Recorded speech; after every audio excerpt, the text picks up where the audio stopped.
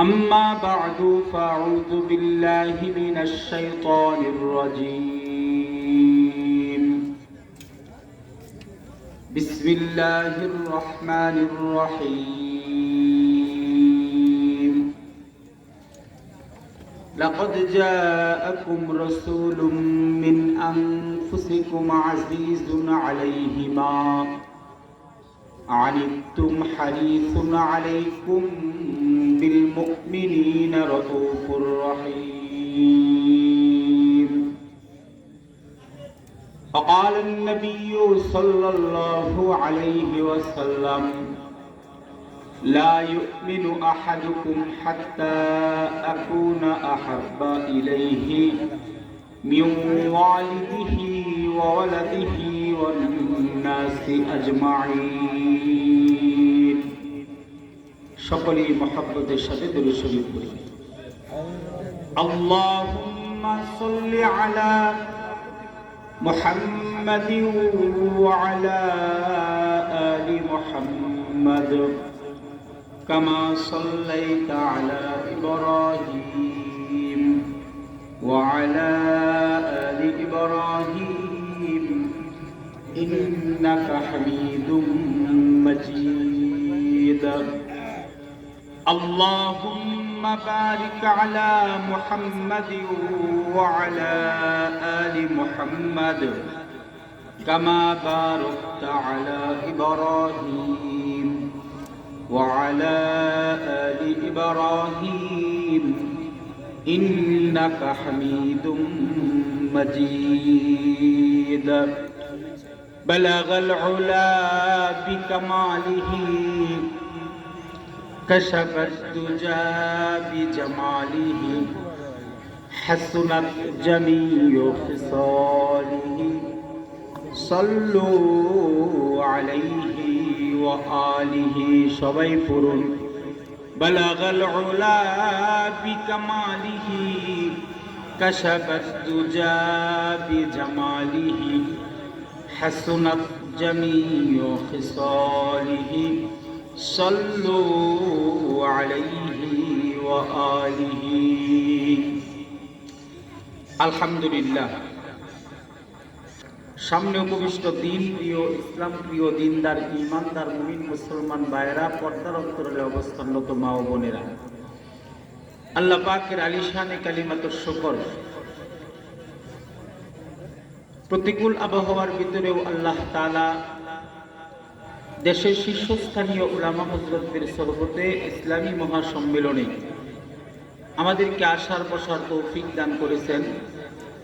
যারা উপস্থিত হতে পেরেছি সকলেই বিনয় অবনীত চিত্তে শ্রদ্ধাজনিত কণ্ঠে আওয়াজ করে, জবান খুলে, প্রাণ খুলে, মন ভরে, শরীরের সমস্ত শক্তিকে একত্রিত করে ইমানি চেতনা নিয়ে উচ্চ আওয়াজে উৎফুল্ল কণ্ঠে শুকরগুজার হই বলি আলহামদুলিল্লাহ।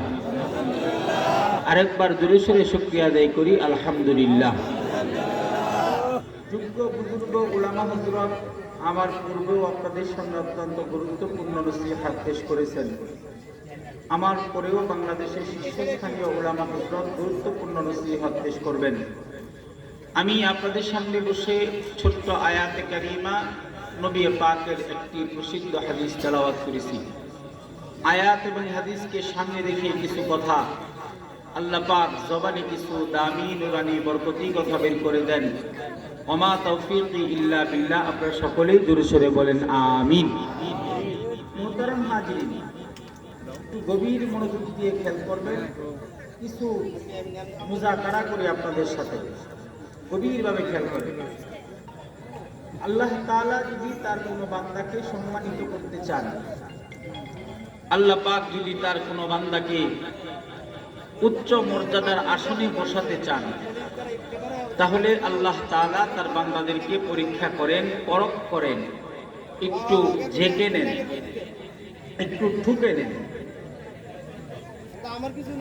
আল্লাহ পাক তার গোলামকে যে নিয়ামতটা দান করবে, এই নিয়ামতের ভার, এর ওজন সে নিতে পারবে কিনা, এ কারণে একটু চেখে নেন। বিভিন্ন মুসিবত এবং বিভিন্ন ধরনের বিপদের সম্মুখীন করে আল্লাহ তাআলা তার বান্দাটাকে পরখ করে নেন। তা আপনাদের কাছে আমার একটা জিজ্ঞাসা, একটু গভীরভাবে দুটো হাত তুলে করে তুলেন তো ভাই দেখি, সোজা করেন সবাই সবাই দুটো হাত করে তুলেন, কেউ এলোমেলো করবেন না, একটু গভীরভাবে খেয়াল করবেন, একটু নাড়াচাড়া দেন এভাবে। রোজা রাখছেন? নাড়াচাড়া দেন না কেন? নাড়াচাড়া দেন। এখন দেখি শরীরে আওয়াজ কেমন, চিৎকার মেরে মুমিনের কণ্ঠে ডাক দিয়া বলেন আল্লাহু আকবার।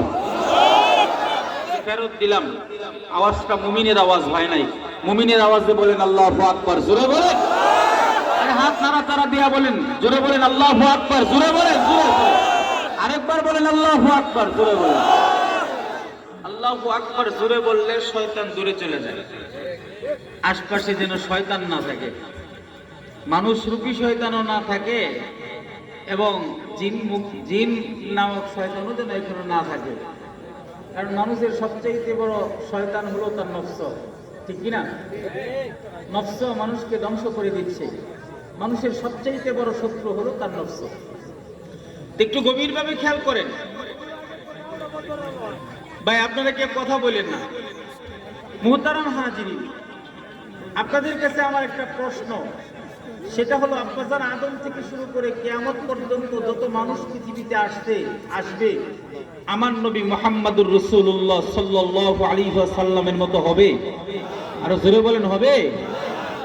এত ইজ্জত, এত সম্মান আর এত সৌন্দর্যের মাধুরী দিয়ে আল্লাহ তাআলা তার দুস্থকে সৃষ্টি করেছেন যে তার দুস্থের মতো করে পৃথিবীতে আর একজনও বানানো। সুবহানাল্লাহ পড়ে না কেন? তো আমার আপনার নবী আখিরি পয়গম্বর মুহাম্মদুর রাসূলুল্লাহ যে গোত্রে আসবে, যে বংশে আসবে, যে ঔরসে আসবে, আল্লাহ তাআলা তাদের 3 পুরুষ পর্যন্ত পরীক্ষা করেছেন, তাদেরকে বিভিন্ন ধরনের কষ্টে, বিভিন্ন ধরনের বালা মুসিবতে ফেলিয়েছেন। তারা আখিরি পয়গম্বরের মতো এত দামি ব্যক্তিটাকে গ্রহণ করতে পারে কিনা? আল্লাহ তাআলার নিজাম, যদি কাউকে কোনো ধরনের নিয়ামত দেওয়া হয় আল্লাহর পক্ষ থেকে, কেউ যদি কোনো ধরনের সুসংবাদ গ্রহণ করে, তাহলে এর আগে তাকে পরীক্ষার সম্মুখীন হতে হয়। যেমন পয়গম্বর ইব্রাহিমের ব্যাপারে আল্লাহ তাআলা তার কোরআনে বলেছেন, আল্লাহ বলেন ইয ক্বালা ইব্রাহিম রাব্বুহু বিকালিমাতিন ফাআতাম্মাহুন।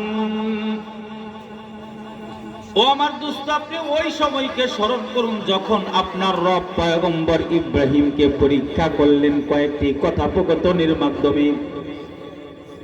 পয়গম্বর ইব্রাহিমকে আসমানের মালিক আল্লাহ পরীক্ষা করেছেন কয়েকটা কথোপকথনের মাধ্যমে।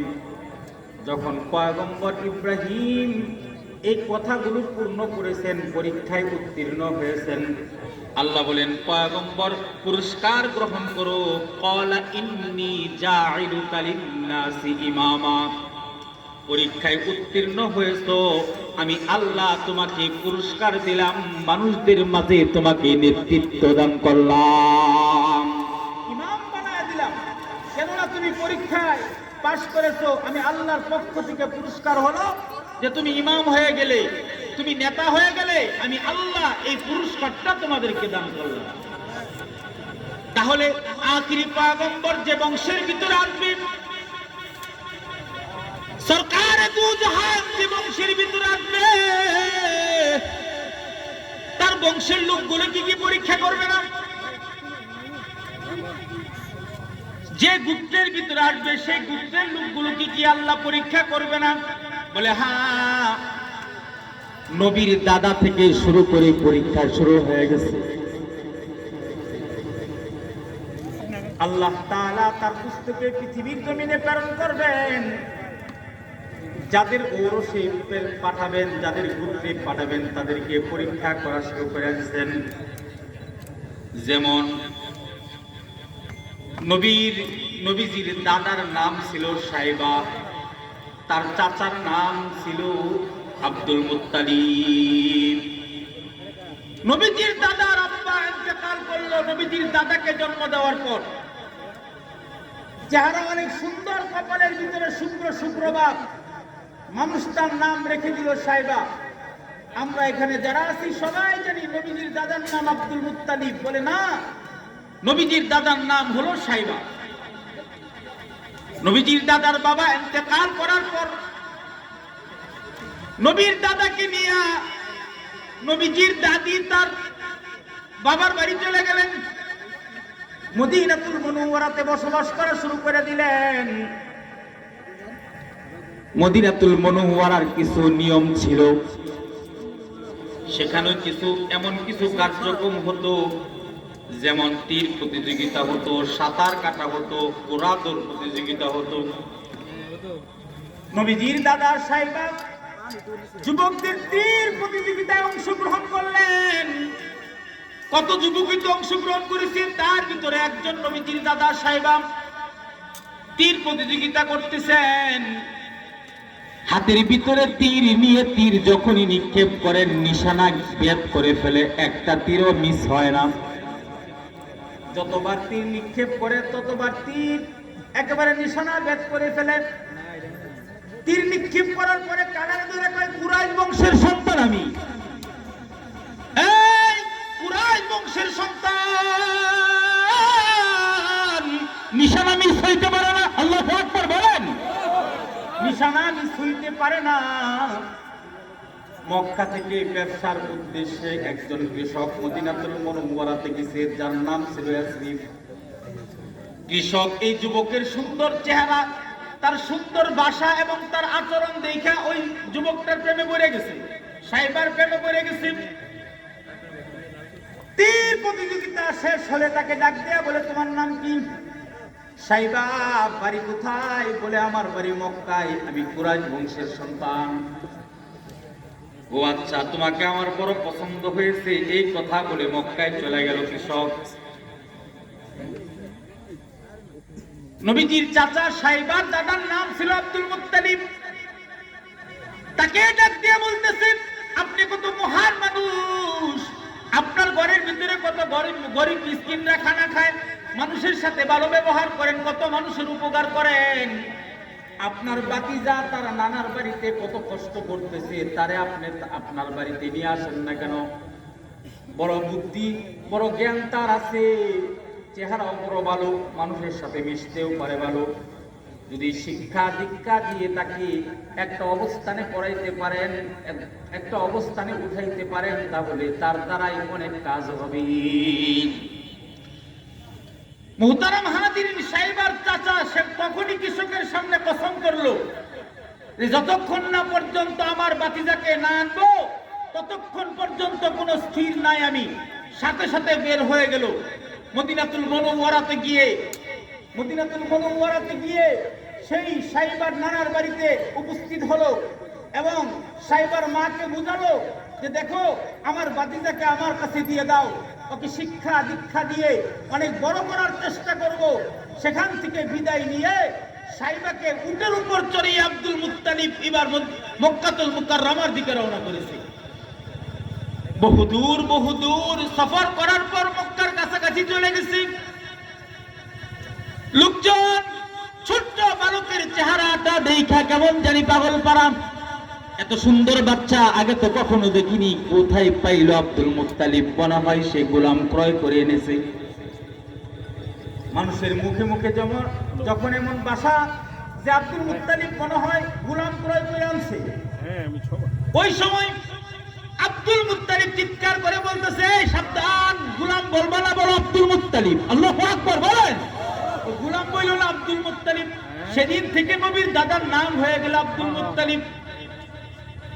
চাচার কাছে বড় হইতে লাগলেন, মোটামুটি ভালো একটা যখন বড় হয়ে গেলেন, বাচ্চা বয়সে বাবা কাইরা নিছে, নানির বাড়িতে কষ্ট করেছে, তারপর চাচার কাছে আইসা মোটামুটি মানুষ হয়েছে। আল্লাহ তাআলা আব্দুল মুত্তালিবের বংশের ভিতরে আলী পয়গম্বরকে পাঠাবেন, এই কারণে কষ্ট দিলেন। আবার মর্যাদা দিয়া, ইজ্জত দিয়া আল্লাহ তাআলা সম্মানের আসন দান করবেন, এই কারণে স্বপ্নে দেখাইলেন। আসমান থেকে আল্লাহ তাআলা আব্দুল মুত্তালিবকে স্বপ্নে দেখাইতেছেন, ওগো আব্দুল মুত্তালিব, মক্কার মানুষগুলো পিপাসিত, তৃষ্ণার্ত, পানির কোনো জায়গা নাই, পানির জন্য বড় কষ্ট করতেছে, আমি তোমারে দেখাইতেছি অমুক জায়গায় যাও, মাটি খনন করো, আমি আল্লাহ সেই মাটির নিচে লুকিয়ে থাকা জমজম কূপ তোমার হাতের মাধ্যমে প্রকাশ করব। আল্লাহু আকবার, বলে না কেন? আব্দুল মুত্তালিব স্বপ্ন দেখার পরে মাটি খনন করা শুরু করে দিলেন। মাটি খনন করার পরে বড় একটা পাথর পড়ে গেল। আব্দুল মুত্তালিব সেই পাথরটা তুলতে দেরি হয়, সেখান থেকে জমজম পানি বের হইতে দেরি হয় না, পানির ফোয়ারা বের হয়ে গেল।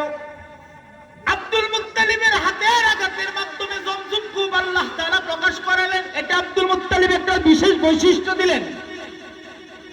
কিছুদিন যাওয়ার পরে আল্লাহ তাআলা আব্দুল মুত্তালিবকে ডাক দেয়া কয়, আব্দুল মুত্তালিব, আমার ঘর বাইতুল্লাহর মুতাওয়াল্লিও তোমারে বানায়া দিলাম। সুবহানাল্লাহ কোন? জমজম কূপ তার হাতের ইশারায় হলো। এবার বাইতুল্লাহ শরীফের মুতাওয়াল্লি সে হয়ে গেল নবীর দাদা আব্দুল মুত্তালিব। আব্দুল মুত্তালিব এবার বিবাহ শাদী করলেন। বিবাহ করার পরে একটা কসম করলেন, আশ্চর্য এক কসম। ওগো আল্লাহ, আমাকে তুমি যদি 10টা পুত্র সন্তান দান করে একজনকে তোমার রাস্তায় জবাই করে দিমু। আল্লাহর কি শান! আল্লাহ তাআলা আব্দুল মুত্তালিবকে 10টা পুত্র সন্তান দান করলেন। সুবহানাল্লাহ বলেন।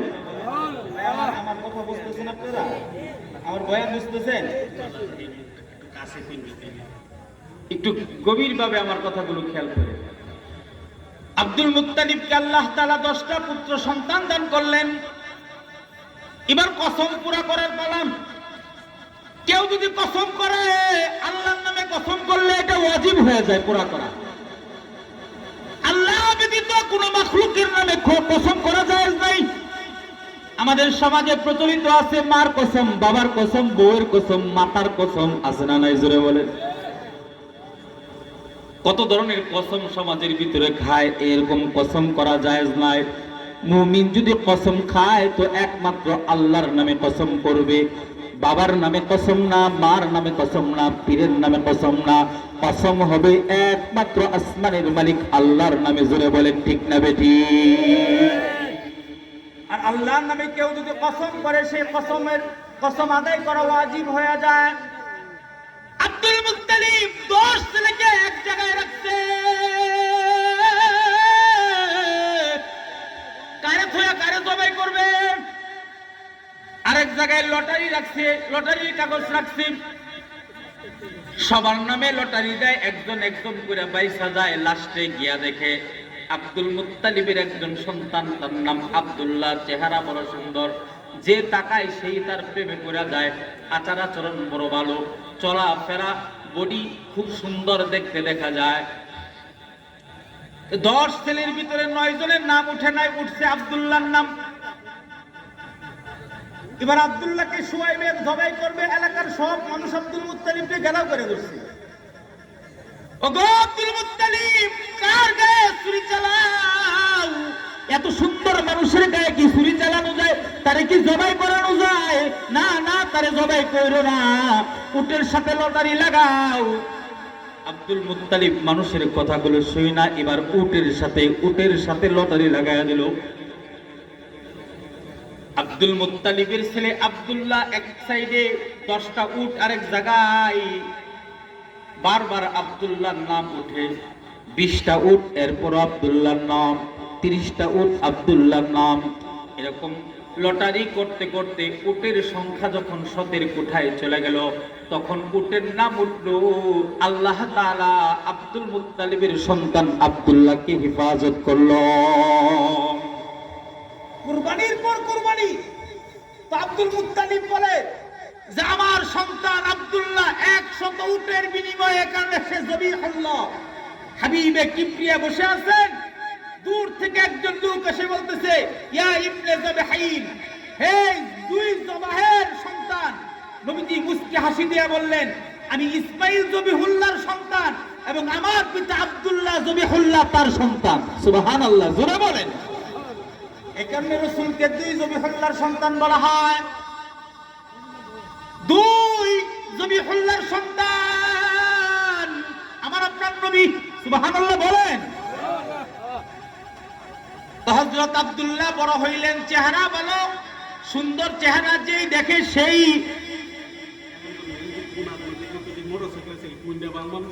তো মুহতারাম হাজিরিন, নবীর পিতা হযরত আব্দুল্লাহ বড় হইতে লাগলেন, চেহারার ভিতরে নূর, কথাবার্তাও বড় সুন্দর, বডিটাও বড় সুন্দর, যেই দেখে সেই প্রেমে পড়ে।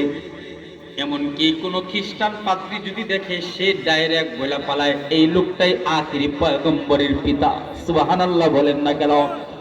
তাওরাতের ভিতরে যে বর্ণনা পাওয়া যায়, ইনজিলের ভিতরে যে বর্ণনা পাওয়া যায়, সে বর্ণনা অনুযায়ী সব কিছু এই লোকটার সাথে মিল পড়ে। তার মানে এটাই হলো আখিরি পয়গম্বর মুহাম্মদুর রাসূলুল্লাহর আব্বা হবেন। তো মুহতারাম হাজিরিন, আব্দুল মুত্তালিবের সন্তান আব্দুল্লাহ একদিন মদিনাতুল মুনাওয়ারার দিকে রওনা করলেন ব্যবসার উদ্দেশ্যে। রাস্তায় একজন মহিলার লাগে দেখা হইল, মহিলার নাম হইল ফাতেমা। যেই মহিলাটা তাওরাতের এলেম যার ভিতরে ছিল, নবীর পিতা হবেন যিনি, তার নাম আব্দুল্লাহ, তার রাস্তাটা আটকায় ফেললেন। ফাতেমা আব্দুল্লাহকে ডাক দেয়া কয়, আমি তোমার সাথে একটু কথা বলতে চাই। বলে, বলুন, কি বলবেন? তোমার বাড়ি কোথায়? বলে, মক্কায়। কোন গোত্রের লোক তুমি? বলে, আমি হলাম কুরাইশ গোত্রের লোক। বলে, তোমার নাম কি? বলে, আমার নাম হলো আব্দুল্লাহ। বলে, তোমার আব্বার নাম কি? Abdul Muttalib. বলে, সব তাওরাতের ভিতরে আছে। সুবহানাল্লাহ কয় না? সব তাওরাতের ভিতরে আছে। এবার ফাতেমা আব্দুল্লাহকে ডাক দিয়ে কয়, তুমি হয়তো আমারে বিবাহ করো নাইতে আমার সাথে রাত্রি যাপন করো। আব্দুল্লাহ ডাক দিয়ে কয়, না, সম্ভ্রান্ত বংশের সন্তান আমি, আমার দ্বারা এভাবে বিবাহ সম্ভব না। আর রাত্রি যাপন তো অনেক পরের কথা। যে রক্তের ভিতরে আল্লাহ তার দোস্তকে পটাবেন, তারে দ্বারা কোনো জেনা ব্যভিচার করাবেন, এটা তো স্বপ্ন কল্পনাও করা যায় না। জোরে বলেন ঠিক কিনা? ফাতেমাকে পাস করে মদিনাতুল মুনাওয়ারায় চলে গেলেন। আত্মীয় স্বজনদেরকে নিয়ে সম্ভ্রান্ত পরিবারের একটা মেয়ে দেখলেন, যার নাম আমিনা। সুবহানাল্লাহ বলেন। বড় শিক্ষায় দীক্ষায় উচ্চ লেভেলের, চেহারাও সুন্দর, নম্র ভদ্র, বুজুর্গি আছে। আলাপ সালাপ করে আব্দুল্লাহর বিয়ে আমিনার সাথে পুরাপুরি হয়ে গেল। কয়েকদিন অবস্থান করার পরে আব্দুল্লাহ আবার মক্কার দিকে রওনা করলো। রাস্তায় সেই ফাতেমার লগে আবার দেখা। ফাতেমা জিজ্ঞেস করে, আব্দুল্লাহ মদিনায় গিয়ে বিয়ে করছো নাকি? বলে, হ্যাঁ। এই জন্যই তো যাওয়ার পথে তোমার কপালের ভিতরে যে নূর দেখছিলাম, সেই নূরটা আমি এখন তোমার কপালে দেখছি না। তার মানে আখিরি পয়গম্বর আল্লাহ জমিনে পাঠাবেন, আখিরি পয়গম্বরকে জমিনে নাজিল করবেন। তোমার কপালের ভিতরে যে নূরটা ছিল, এটাই ছিল আখিরি পয়গম্বরের নূর। তুমি মদিনায় বিবাহ করেছ, যাকে বিবাহ করেছ, তোমার পৃষ্ঠদেশ থেকে তার জঠরে সেই নূরটা চলে গেছে। মুহতারাম হাজিরিন, সময়ক্ষণ অতিক্রম হতে লাগলো। আমিনা আর আব্দুল্লাহ মক্কায় বসবাস করতে লাগলো। একদিন মক্কাতুল মুকাররমা থেকে একটা কাফেলা ব্যবসার উদ্দেশ্যে শামে রওনা করবেন। আব্দুল্লাহ আমিনাকে ডাক দেয়া কয়, আমিনা, ব্যবসার উদ্দেশ্যে শামে যাব, তুমি আমারে বিদায় দাও। আমিনা ডাক দেয়া কয়, একা একা আমি কিভাবে থাকবো স্বামী? হে, আপনি আমাকে ছেড়ে শামের উদ্দেশ্যে রওনা করে দিবেন? ও স্বামী, আমার একা থাকা বড় কষ্ট হয়ে যাবে। আব্দুল্লাহ হযরত আমিনাকে ডাক দেয়া কয়, আমিনা, পেরেশান হয়েও না, টেনশন করো না, নির্দিষ্ট সময়ের ভিতরে আবার ফিরে আসবো। তোমার সবটুকু ভালোবাসা দিয়ে আমাকে তুমি বরণ করে নিবা, আমাকে বিদায় দাও। হযরত আব্দুল্লাহ শামের দিকে রওনা করলেন ব্যবসার উদ্দেশ্যে। ব্যবসা শেষ করে মদিনাতুল মুনাওয়ারা যখন আসছেন, তখনই অসুস্থ হয়ে গেলেন, জ্বরাক্রান্ত হয়ে গেলেন। ওই জামানায় ক্যান্সারও ছিল না, করোনাও ছিল না, জন্ডিসও ছিল না, ছিল জ্বর। এটা বিশাল বড় একটা রোগ ছিল, যার জ্বর হইতো সে মারা যাইত। নবীর পিতা হযরত আব্দুল্লাহর জ্বর চলে আসলো। গোটা কাফেলা মক্কার দিকে আসছে, কিন্তু আব্দুল্লাহ শ্বশুরালয়ে আছেন, সেখানে অবস্থান করতেছে। হযরত আমিনা মক্কার দরজায় দাঁড়ায় স্বামীর জন্য অপেক্ষা করতেছে। গোটা কাফেলা সবাই আনন্দ চিত্তে তাদের ঘরের ভিতরে ঢুকে, কিন্তু আমেনা দাঁড়ায় থাকে, আব্দুল্লাহ তো আর ঘরের ভিতরে ঢুকে না, অপেক্ষার প্রহর গুনতেছে। কেউ একজন ডাক দিয়ে বলল, আমেনা অপেক্ষা করে লাভ নাই, তোমার স্বামী তোমার বাবার বাড়িতে আছে, অসুস্থ অবস্থায় মদিনাতুল মুনাওয়ারাতে আছে, প্রচন্ড জ্বরাক্রান্ত অবস্থায় আছে। আমেনা কয়েকজন লোক নিয়ে মদিনাতুল মুনাওয়ারার দিকে রওনা করেছেন। কাছাকাছি যাওয়ার সাথে সাথে আওয়াজ আসলো, নবীর পিতা আব্দুল্লাহ দুনিয়াতে নাই। জন্মের 6 মাস আগে হযরত আব্দুল্লাহ বিদায় নিলেন। আমেনার জন্য বিশাল বড় একটা পরীক্ষা শুরু হয়ে গেল। হযরত আমেনা বলে, আমি প্রতিটি সেকেন্ড অতিক্রম করলাম তো আমার মনে হচ্ছে এক একটা বছরের সমান। আমার খাওয়া দাওয়া চলাফেরা সব কষ্ট হইতে লাগলো। আর খুব কাছাকাছি সময় আমি মনে মনে অনুভব করতে লাগলাম যে আমার পেটের ভিতরে সন্তান আছে। আল্লাহু আকবার বলেন। এত সময়ের ভিতরে আমি অনুভব করি নাই, আমার মাথাও ঘুরায় নাই, আমার সামান্য পরিমাণ কষ্টও হয় নাই, আমার কোন ধরনের ধারণাও হয় নাই। হঠাৎ করে কাছাকাছি সময়ে আমি অনুভব করলাম যে আমার পেটে সন্তান। তবে এটা এমন একটা সন্তান, আমি কেমন জানি বুঝতে পারলাম যে এটা সাধারণ কোন সন্তান নয়, এই সন্তানটা সম্ভবত অনেক বরকতি একটা সন্তান। আল্লাহু আকবার, জোরে বলেন। হযরত আমেনা বলে, আমার পেটের ভিতরে আমার বুকের দম যখন ছিল, বরকতের বাড়ি দ্বারা চালু হয়েছে। কিভাবে বরকতের বাড়ি দ্বারা চালু হয়েছে? হযরত আমেনা বলে, আমি যখন রোদের উপর দিয়ে হাঁটতাম, মেঘমালা আমাকে ছায়া দিত। আল্লাহু আকবার বলে না। বলে আমি পাহাড়ের পাদদেশ দিয়ে যখন হাঁটতাম, একটা ঝিরঝির বাতাস আইসা গাছগুলোকে দেখতাম যে আমাকে সেজদা করা শুরু করে দিত। হযরত আমেনা বলে জমজম কূপের পানি অনেক নিচে থাকতো, মানুষ বালতি দিয়ে উঠাইতে অনেক কষ্ট হইতো। আমি যখনই জমজম কূপের সামনে যাইতাম, নিচের পানিটা উপরে চলে আসতো। আল্লাহু আকবার। এই নবী আগমনের বার্তা এগুলো, কথা বল ঠিক কিনা, জোরে বলেন। আমার সাথে একটু কথা বলেন।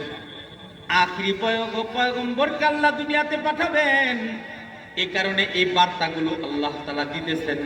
হযরত আমেনা বলে, আমি জমজম কূপের সামনে গিয়া দাঁড়াইলাম, সবাই অনেক নিচ থেকে কষ্ট করে পানি উঠায়, কিন্তু আমি যাওয়া মাত্র এই পানিটা এমনিতেই উপরে চলে আসলো।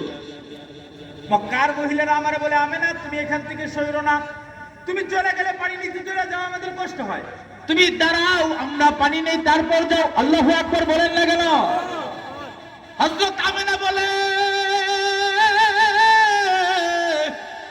আমার বুকের দম যতক্ষণ আমার পেটে ছিল, চতুর্দিকে খালি বরকত আর বরকত দেখতে লাগলাম।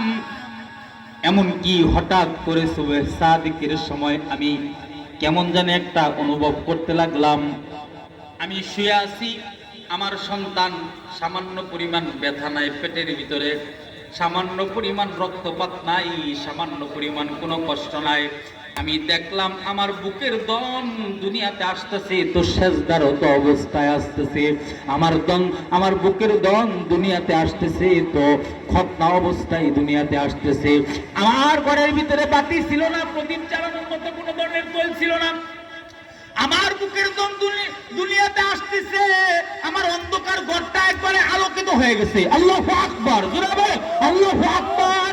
শিশু মুহাম্মদুর রাসূলুল্লাহ সাল্লাল্লাহু আলাইহি ওয়াসাল্লাম দুনিয়াতে আসলেন, অন্ধকার আলোকিত হয়ে গেল। শুধু তাই নয়, হযরত আমেনা বলে, আকাশের একটা তারকা মিটিমিটি জ্বলতে জ্বলতে ঘোরাঘুরি করতে লাগলো। সুবহানাল্লাহ, জোরে কর। হযরত আমেনা বলে যে আমার সন্তান পৃথিবীতে আসছে, গোটা পৃথিবীর অন্ধকার দূর হয়ে গেছে। আমি দেখলাম আমার কলিজার টুকরা সন্তান যখন আসলো, ১৫০০ বছর যাবৎ যে আগুনটা সেই কেসরাতে জ্বলতেছিল সেটা নিভে গেল, বিল্ডিং গুলো জসে পড়ে গেল, কেমন জানি গোটা অশান্ত পৃথিবীটা শান্তিতে রূপান্তরিত হয়ে গেল। আমার কলিজার দম দুনিয়াতে আসছে, আসার সাথে সাথে আকাশ বাতাস মুখরিত হয়ে গেল। আমার বুকের দম দুনিয়াতে আসা মাত্রই তামাম পৃথিবীর কুল মাখলুকাত গুলো খুশি হয়ে গেল। আল্লাহু আকবার, খুশি হয়ে গেল।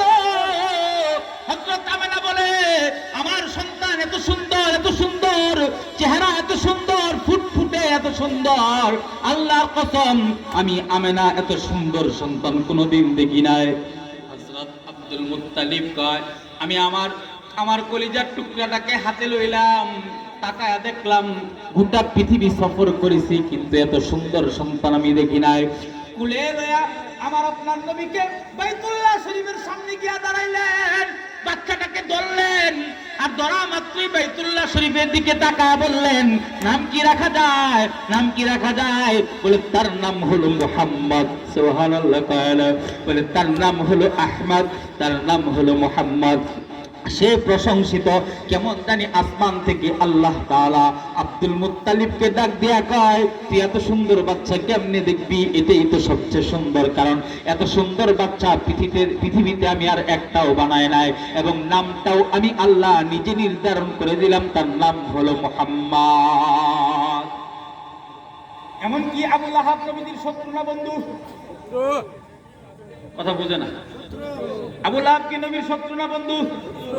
হ্যাঁ, এদেশের নাস্তিকরা নবীর শত্রু না বন্ধু? কথা কয় না কেন? সবাই মুখটা খুলেন না। ইমানদার তো, ইমানদার তো। এই মুরতাদরা কি নবীর শত্রু না বন্ধু? আবু লাহাব নবীর কেমন শত্রু তার ব্যাপারে আল্লাহ তাআলা কোরআনে সূরা নাযিল করেছেন। কি পরিমাণে শত্রুতা আবু লাহাব নবীর লগে করছেন, কত কষ্ট নবীজিরে দিবেন। সে আবু লাহাব নবীর আগমনে এত বেশি খুশি হয়েছে যে 100 গোলাম আজাদ করে দিছে। এত খুশি হয়েছে আবু লাহাব। বর্তমানে বেদাতি বন্ড যারা আছে তারা নবীর জন্মের দিন আসলে আনন্দ করে আবু লাহাবের মতো। কথা কয় না, কথা কয় না, কথা কয় না। আমি আপনাদেরকে পরিষ্কার ভাষায় বলতে চাই, এই কপালটা কার? কে দিছে এই কপাল? কে কে কে? এটা কার জন্য? কার জন্য? কথা বলবেন আমার সাথে। এই যে একটা কপাল, এই কপালটা আল্লাহ আমার আপনারে দিছে আল্লাহকে সিজদা করার জন্য। কথা বল ঠিক কিনা? এই কপাল আল্লাহ ব্যতীত যদি কারো সামনে নত হয়ে যায় সে কাফের হয়ে যায়। কথা কয় না কেন? কি হয়ে যায়? কারণ এই কপাল আল্লাহ ব্যতীত কাউরে দেওয়া যায় না, এমনকি মাজারেও দেওয়া যায় না, বাজারেও দেওয়া যায় না, পীরেরও দেওয়া যায় না। কথা বল ঠিক কিনা? জোরে বলেন। এখানে উলামা একরামের স্লোগান এটা, দেওবন্দি উলামা একরামের বক্তব্য এটা, যে কপাল যেহেতু আল্লাহ তার কুদরতি হাতে সৃষ্টি করেছেন, এই কপাল একমাত্র আল্লাহর কুদরতি কদমে পড়বে, কোন মাজারেও পড়বে না, বাজারেও পড়বে না, মাতার কাছেও পড়বে না, মাতার কাছেও পড়বে না।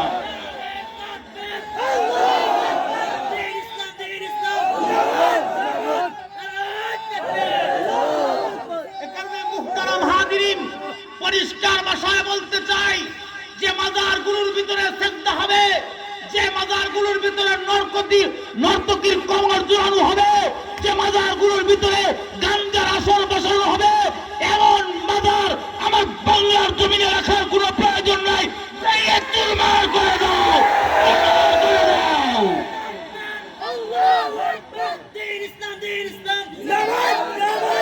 মুহতারাম হাজিরিন, পরিষ্কার কথা বলতেছি, যে মাজারে আল্লাহর নাম দিয়ে সিজদা নিবে, যে মাজারগুলোর ভিতরে পীরেরা বসে থাকবে, মুরিদরা গিয়ে সিজদা করবে, উলঙ্গ কুলঙ্গ নারীদের নাচ গান হবে, এমন মাজার 18 কোটি মুসলমানের দেশে থাকতে দেওয়া হবে না, থাকতে দেওয়া হবে না। সর্বশেষ কথা, আমার লম্বা আলোচনা, এত সময় কথা বলার নাই, তবে লাস্ট কথা হলো এটা, নবীর আগমনের বার্তার মাধ্যমে আল্লাহ অলৌকিক ঘটনা ঘটাইলেন। নবীর মুজিজা নবীর জন্মের আগে থেকে প্রকাশ পাইতে লাগলো, যে নবীর ব্যাপারে আল্লাহ বলেন যে গোটা তামাম দুনিয়ার জন্য আমার নবী হলো রহমত, তামাম পৃথিবীর সব মানুষের জন্য আমার নবী হলো বরকত। এই নবীর সঙ্গ যারা গ্রহণ করবে, এই নবীকে যারা মহব্বত করবে, ভালোবাসবে, আল্লাহ তাআলা তাদেরকে বিনা হিসাবে জান্নাত দিবে। সুতরাং আমার বাবাকে নিয়ে কেউ গালি দিলে আমি সহ্য করব, আমার মাকে গালি দিলে সহ্য করব, আমার জমিন কেউ নিয়ে গেলে মাথা পেতে নিতে পারি। আল্লাহর কসম করে বলি, আমার শরীরে এক ফোঁটা এক বিন্দু রক্ত থাকতে কোন সাহাবে রাসূল যদি, কোন কুলাঙ্গার যদি আমার নবীকে নিয়ে ব্যঙ্গ করে, আমার নবীর বিরুদ্ধে কথা বলে, তাদের রক্ত দিয়ে হলেও প্রতিশোধ নিয়ে ছাড়বো, প্রতিশোধ নিয়ে ছাড়বো। আসসালামু আলাইকুম। আলাইকুম ওয়া রাহমাতুল্লাহ।